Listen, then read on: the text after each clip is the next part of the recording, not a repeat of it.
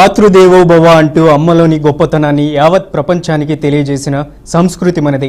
ఆటలోనైనా, అంతరిక్ష ప్రయోగాల్లోనైనా, రాజకీయంలోనైనా, ఏ రంగంలో అయినా అంతర్జాతీయ స్థాయిలో మన దేశం గెలిచినప్పుడు ప్రతి భారతీయుడి హృదయ విజయ గీతం వందే మాత్రం అవుతుంది. అపరిమిత ఆనందంతో మనసంతా ఉప్పొంగుతుంది. ఎన్నో తరాలు మారాయి, ఎన్నో తత్వాలు ఆవిర్భవించాయి. కాలం గుండెల్లో 15 దశాబ్దాలు గడిచిపోయాయి. అయినప్పటికీ నేటికి వందే మాత్రం మన జాతీయ ఐక్యత నినాదం. వందే మాత్రం మన అస్తిత్వపు సంకేతం.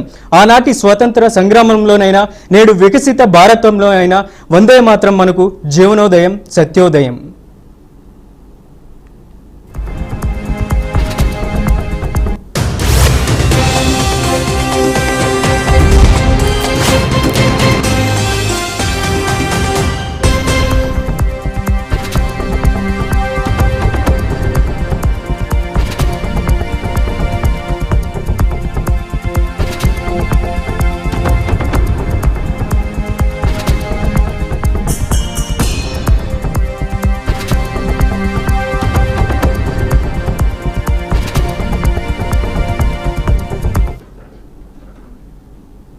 మనమంతా బ్రిటిష్ వలస పాలనలో ఉన్న కాలంలో గాడ్ సేవ్ ద కింగ్ భారత జాతీయ గేయంగా ప్రకటించాలని అప్పటి బ్రిటిష్ ప్రభుత్వం అడుగులు వేసింది.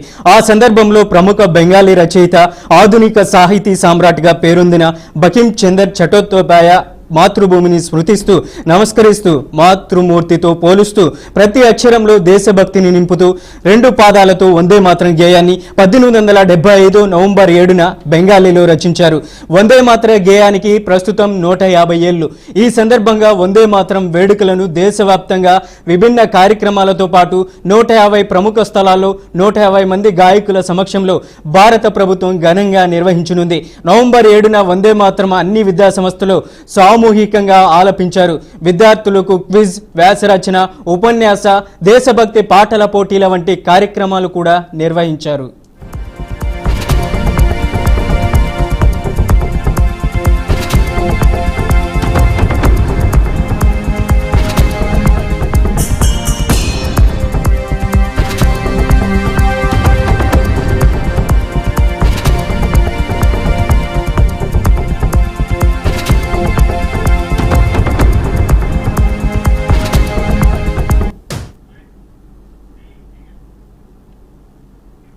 బ్రిటిష్ ప్రభుత్వం కింద డెప్యూటీ మెజిస్ట్రేట్గా విధులు నిర్వహిస్తున్న బకిం చంద్ర ఓ సందర్భంలో వివక్షకు లోనవుతాడు.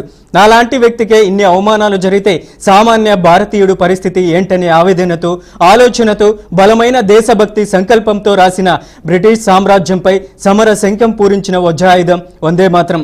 1777లో బ్రిటిష్ వాళ్ళ పైన పోరాడిన సన్యాసుల జీవితాల గురించి రాసిన ఆనంద్ మఠ్ నవలలో వందే మాత్ర గీతాన్ని 6 పాదాలతో ఉపయోగించారు. ఆ నవల విశేష పాఠక ఆదరణ పొందినప్పటికీ వందే మాత్రం కవిత పెద్దగా ఆదరణకు నోచుకోలేదు. ఈ గేయంలోని స్ఫూర్తిని, రచనలోని తాత్వికతని అర్థం చేసుకున్న రవీంద్రనాథ్ ఠాగూర్ 1896లో జరిగిన కాంగ్రెస్ సమావేశంలో ఈ గీతాన్ని పఠించడంతో అప్పటి నుంచి వందే మాత్రం ఉదయించడం మొదలుపెట్టింది.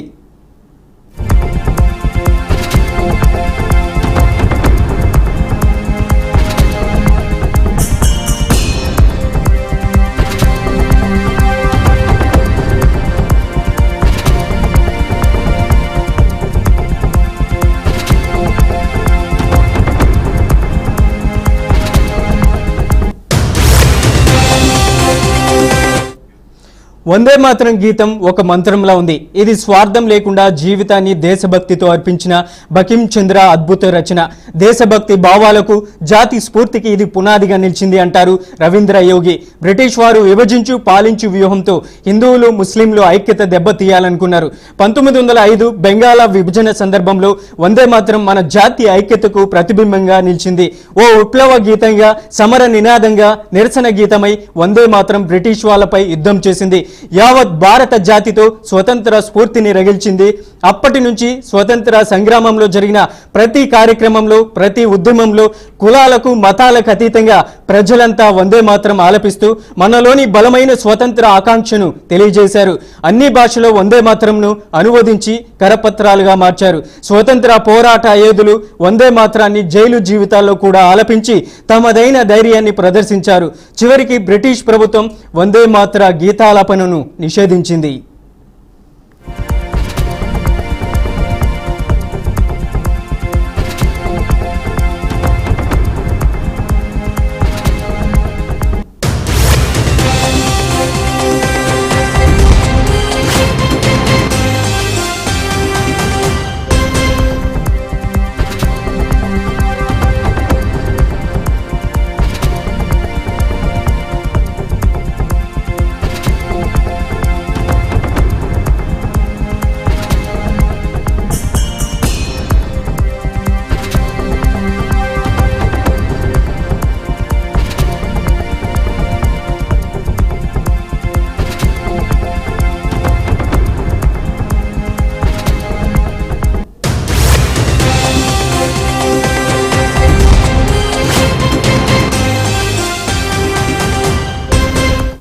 వందే మాత్రాన్ని జాతీయ గీతంగా ప్రకటించాలనే ఉద్దేశం కాంగ్రెస్కు ఉన్నప్పటికీ అప్పట్లో కొందరు ముస్లిం నేతల నుంచి అభ్యంతరాలు కూడా వచ్చాయి. అయితే పాటలోని మొదటి 2 పాదాలు ఏ మతానికి వ్యతిరేకం కాదని స్వయంగా రవీంద్రనాథ్ ఠాగూర్ స్పష్టం చేశారు. 1947 స్వతంత్ర గాలులు ప్రతి భారతీయుడి శ్వాసగా మారిన సందర్భంలో మన విజయ గీతంగా ఆకాశవాణిలో వందే మాతరం వినిపించింది. 1950 రాజ్యాంగ పరిషత్ సమావేశంలో వందే మాతరం గేయానికి సముచిత స్థానం ఇస్తూ రవీంద్రుడి జనగణమన జాతీయ గీతంతో సమాన స్థాయి హోదాను కూడా కల్పించారు. అలాగే అంతర్జాతీయంగా వందే మాతరానికి 2వ స్థానం 2002లో BBC వరల్డ్ సర్వీస్ అన్ని కాలాల్లోనూ అత్యంత ప్రసిద్ధి చెందిన 10 పాటలతో అంతర్జాతీయ స్థాయిలో వందే మాతరం 2వ స్థానాన్ని పొందింది. మహాత్మా గాంధీ వందే మాతరాన్ని దేశాభిమానం, జాతీయ ఐక్యతకు ప్రేరణగా ఉన్న అద్భుత గీతమని భావించారు. ఈ పాటలోని భావాలను తాను స్వాధీనం చేసుకొని స్వతంత్ర సంగ్రామంలో అహింస మార్గాన్ని కొనసాగించారు. ప్రజలలో జాతి పట్ల ప్రేమ, ఉత్తేజాన్ని, చైతన్యాన్ని ఆనాడు మహాత్మా గాంధీ కలిగించారు. వందే మాత్రం సుజలం సుఫలం అన్న ఈ 2 పాదాల గేయం ప్రతి భారతీయుడి గుండె గోళంలో జాతీయ జెండాను ఎగరవేస్తూ సగర్వంగా ఇంకా కొన్ని శతాబ్దాల పాటు మన రక్తనాళాల్లో ప్రవహిస్తూనే ఉంటుంది.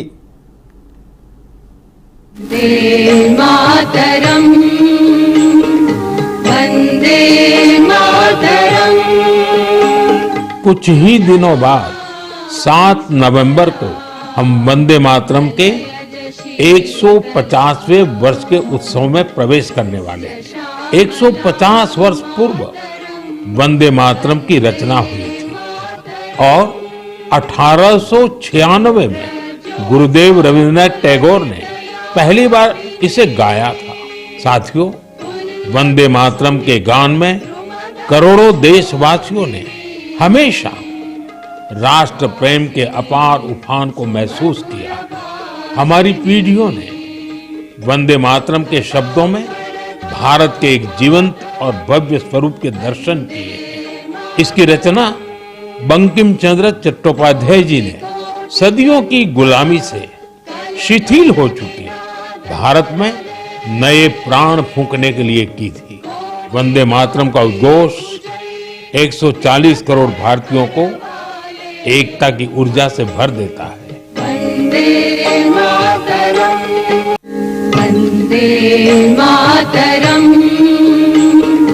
वंदे। ఇక ఇదే అంశానికి సంబంధించి మనతో లైవ్లో చర్చించడానికి సత్యనారాయణ గారు ఉన్నారు. సత్యనారాయణ గారు, 150 ఏళ్ళు పూర్తి చేసుకున్న సందర్భంగా వందే మాతర గీతాన్ని ఆనాడు బకిం చంద్ర చటర్జీ ఆ గీతాలాపన చేశారు. ఇవాళ దేశ ప్రజలకు మనం ఏ విధంగా సంతోషంగా చెప్పుకోవచ్చు అంటారు? ఏఆర్కే న్యూస్ కు స్వాగతం తెలియజేస్తూ, వందే మాతర గేయానికి 150 సంవత్సరాలైన సందర్భంగా ఈరోజు భారతదేశంలో ఒక జాతి సమైక్యతను పెంపొందించేందుకు గాను కేంద్ర ప్రభుత్వం ఈ ఉత్సవాలను, సంస్మరణోత్సవాలను నిర్వహించుకోవడం గర్వకారణం. ఎందుకంటే by nature man is a social Animal అని అరిస్టాటిల్ అన్నట్లుగా ఈ సమాజం యొక్క సమూహం, ప్రజల యొక్క సంక్షేమం దేశ భవిష్యత్తు మీద ఆధారపడి, ఈ దేశ భవిష్యత్తు అనేది దేశ అధికారం మీద ఆధారపడి ఉంటుంది. అంటే ఇవాళ ఈ దేశ సమైక్యతకు అనేక సవాళ్ళు, ప్రతి సవాళ్ళు విసరబడుతున్నాయి. కాబట్టి ఆ సవాళ్ళను అధిగమించేందుకు ప్రజలలో ఒక దేశభక్తిత్వ భావం అనేటువంటిది చాలా అవసరంగా భావించాలి. ఎందుకంటే ఇవాళ ఆ రోజు బకిం చంద్ర చటర్జీ అంటే దరిదాపుగా 1772లో దాని ఆనంద్ మట్లో స్వతంత్ర ఉద్యమం కోసం పోరాడినటువంటి అనేక జీవితాలను మలిచినటువంటి ఆనంద్ మట్లో రాసినటువంటి వందే మాతర గేయం, అది భారత స్వతంత్ర ఉద్యమంలో ఒక గొప్ప నినాదం. ఆ నినాదం ఏంటంటే అసలు ప్రజలను ఒక ఇన్స్పిరేషన్ లోకి తీసుకుపోయింది. ఎందుకంటే ఇప్పుడు సాధారణంగా ప్రజలలో బ్రిటిష్ వ్యతిరేకమైనటువంటి పోరాటానికి ఏదో ఒక స్ఫూర్తి కావాలి. ఆ స్ఫూర్తి నిచ్చినటువంటిది ఈ వందే మాతర గేయం. ఎందుకంటే భారత స్వతంత్ర ఉద్యమం దాదాపు సుదీర్ఘకాలం కొనసాగింది. ఆ సుదీర్ఘ కాలం ప్రజల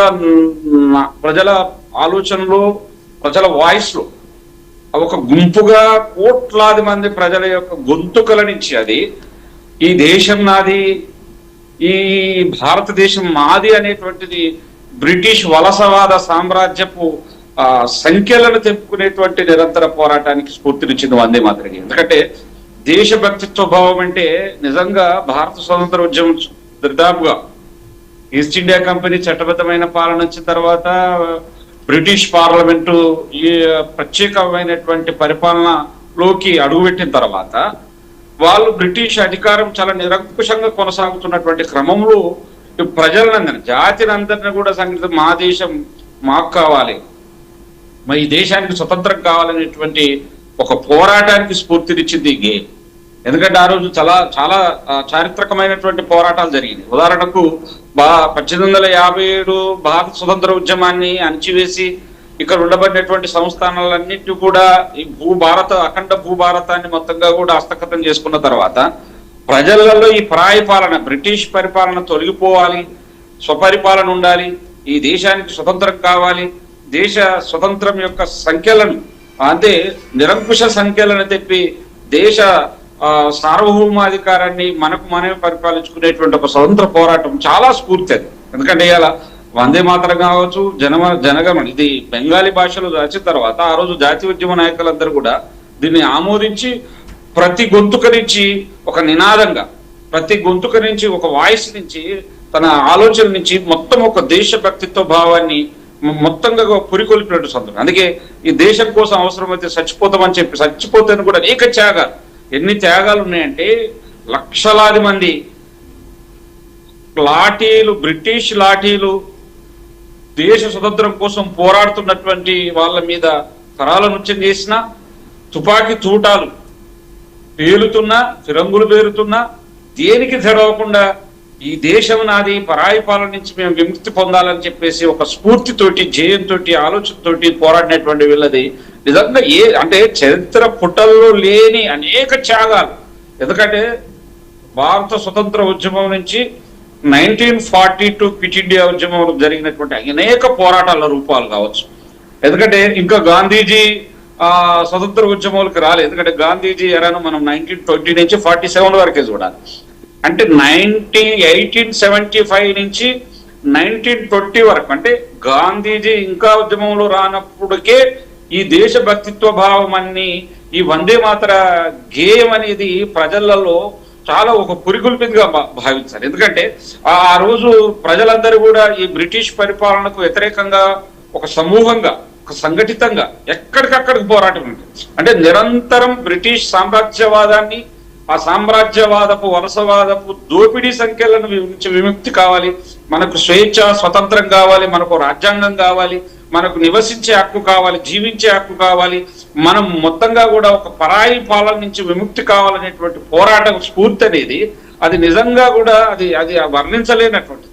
అటువంటి స్ఫూర్తిని ఒక పేట్రియాటిక్ ఐడియాలజీ, దేశభక్తి అనేది కూడా ఒక ఐడియాలజీ, దేశభక్తి అనేది కూడా ఒక భావజాలం, దేశభక్తి అనేది కూడా ఒక సిద్ధాంతం. ఎందుకంటే కోట్లాది మంది యావత్ భారత ప్రజలను కదిలించినటువంటి అంశాన్ని నిజంగా కూడా మనం చాలా మనం దాన్ని, ఎందుకంటే ఆ రోజు బకిం చంద్ర చటర్జీ ఎట్లయితే ఈ గేయాన్ని మనకు అందించాడో ఆ గేయం ఒక స్ఫూర్తితోటి అసంఖ్యాకులుగా ఉండబడినటువంటి కోట్లాది మంది ప్రజల గొంతుకలో ఒక నినాదం, ఒక రణాన్ని, ఒక యుద్ధాన్ని, ఒక పోరాటాన్ని పురికొల్పినటువంటి సందర్భంగా మనం చెప్పుకోవాలి. అదే చాలా వరకు భారత స్వతంత్ర ఉద్యమం అంటే కొన్ని పేర్లు మాత్రమే మనకు ఈ పాఠ్య పుస్తకాలలో, వివిధ అధ్యయనాల్లో, వివిధ చదువులలో మనకు కనపడుతుంది. కానీ త్యాగాలు చేసినటువంటి వాళ్ళు అండమాన్ జైలుకు పోతే అక్కడ ఎన్ని త్యాగాలంటే, ఎంతమంది ఈ దేశ స్వతంత్రం కోసం త్యాగం చేసిందంటే పేర్లు కూడా కనీసం మనం చరిత్ర పుటలలో రాయబడదు.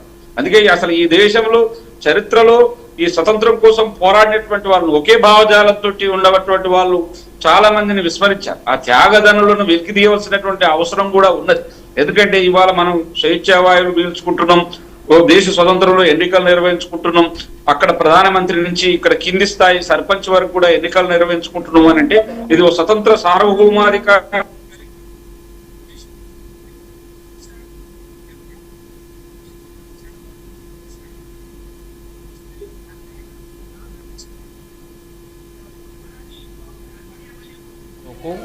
సత్యనారాయణ గారు అన్మ్యూట్ చేయండి. సత్యనారాయణ గారు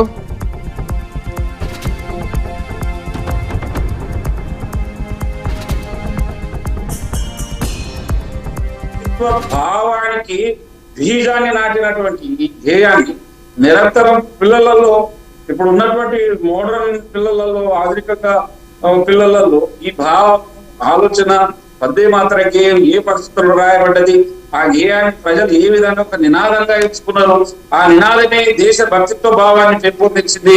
అసంఖ్యాకంగా ఉన్న కోట్లాది మంది భారతీయుల దేశ స్వతంత్రం వైపు మరల్చింది అనేది ఆ స్ఫూర్తిని ఇవ్వాల్సినటువంటి అవసరం. అందుకే చాలా మంది మహనీయుల చరిత్రలు చూస్తే దుఃఖం వస్తుంది, కన్నీళ్ళు వస్తాయి. ఎందుకంటే ఆ రోజు వాళ్ళు అంత స్ఫూర్తిని ఈ దేశం కోసం ఉన్న తన ప్రాణాలను కూడా లెక్క చేయకుండా త్యాగం చేసినటువంటి మహనీయులు అంటే భగత్ సింగ్ లాంటి వాళ్ళు, రాజు సుఖ్దేవ్ లాంటి వాళ్ళు, అనేక మంది రెనడే లాంటి వాళ్ళు, అనేక మంది త్యాగాలు. అక్కడ విదేశాలలో సైతం కూడా జర్మనీ, బ్రిటన్, అదే విధంగా అమెరికా, ఫ్రాన్స్, అనేక యూరప్ దేశాలలో చదువు కోసం వెళ్ళినటువంటి వాళ్ళు ఈ గేయం లాంటి దానికి ఒక బకిచంద్ర చటర్జీ రాసినటువంటి గేయాలు కావచ్చు, ఆయన రాసినటువంటి ఆనందభక్తి త్యాగాలు కావచ్చు, అవి ఒక స్ఫూర్తినిచ్చింది. ఇచ్చి ఈ దేశం కోసం మనం పోరాడాల, అవసరమైతే చావాలని చెప్పేసి గదర్ పార్టీ లాలా హరిదయాల్ లాంటి వాళ్ళు, తర్వాత దర్శించే లాంటి వాళ్ళు అక్కడ విదేశాల సాయుధ పోరాటాన్ని ఎంచుకొని పోరాటాలు జరిగింది. అదే విధంగా మన్యం పోరాటాలు జరిగింది, అదే విధంగా రైతాంగ పోరాటాలు జరిగింది. ఇవన్నీ కూడా అంటే యావత్ భారతావనిలో ఉండబడినటువంటి సమస్త ప్రజలకు ఈ వందే మాతర గేయం అనేది ఒక నినాదంగా ఉండటం నిజంగా.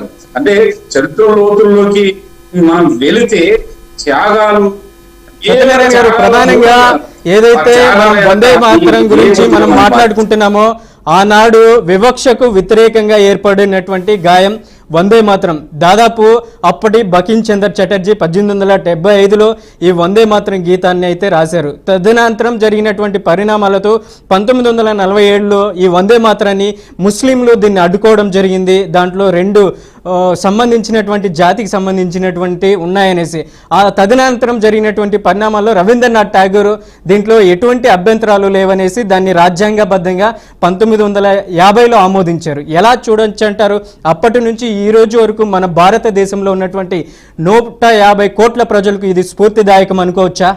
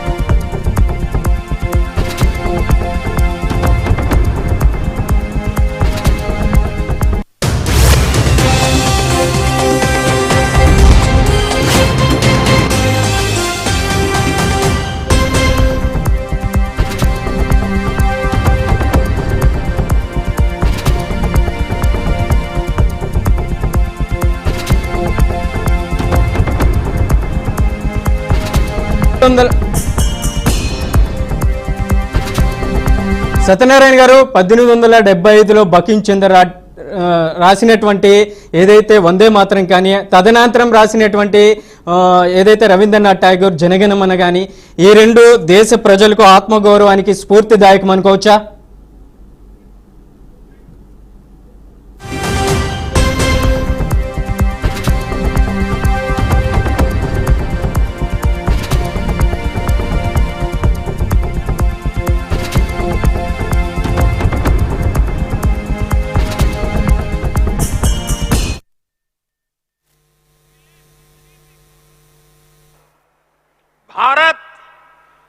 अपने स्वर्णिम दौर को पुनर्जीवित कर सकता है।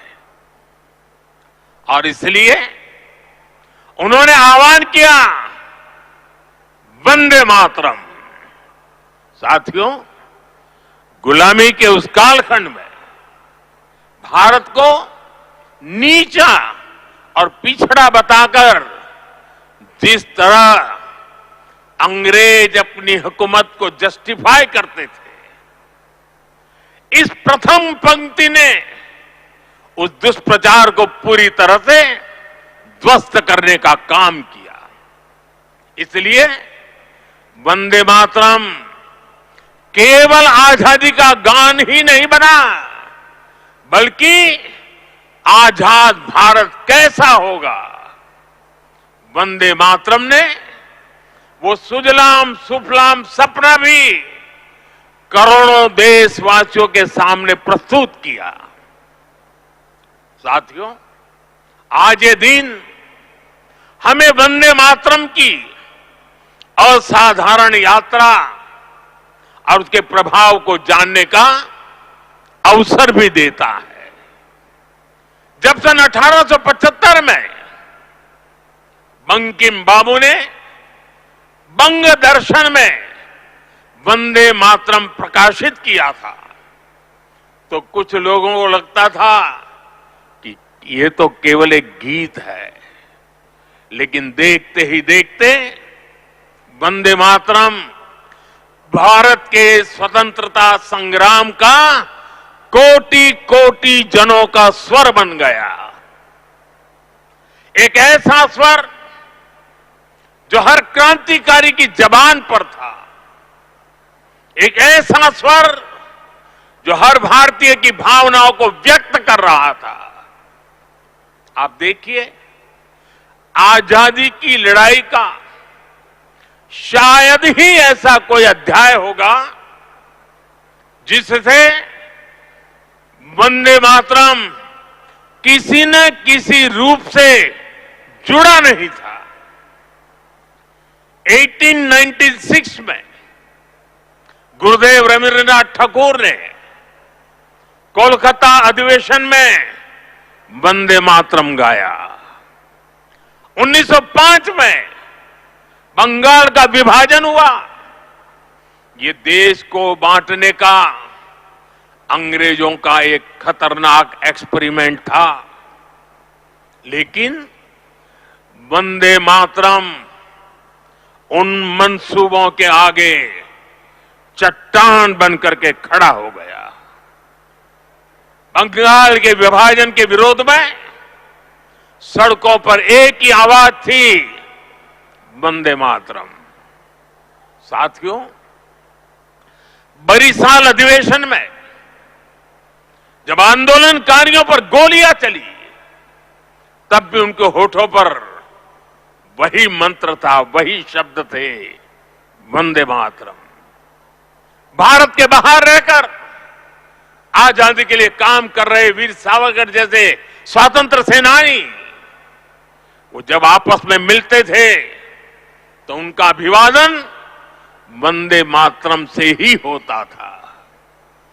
कितने ही क्रांतिकारियों ने फांसी के तख्त पर खड़े होकर भी वंदे मातरम बोला।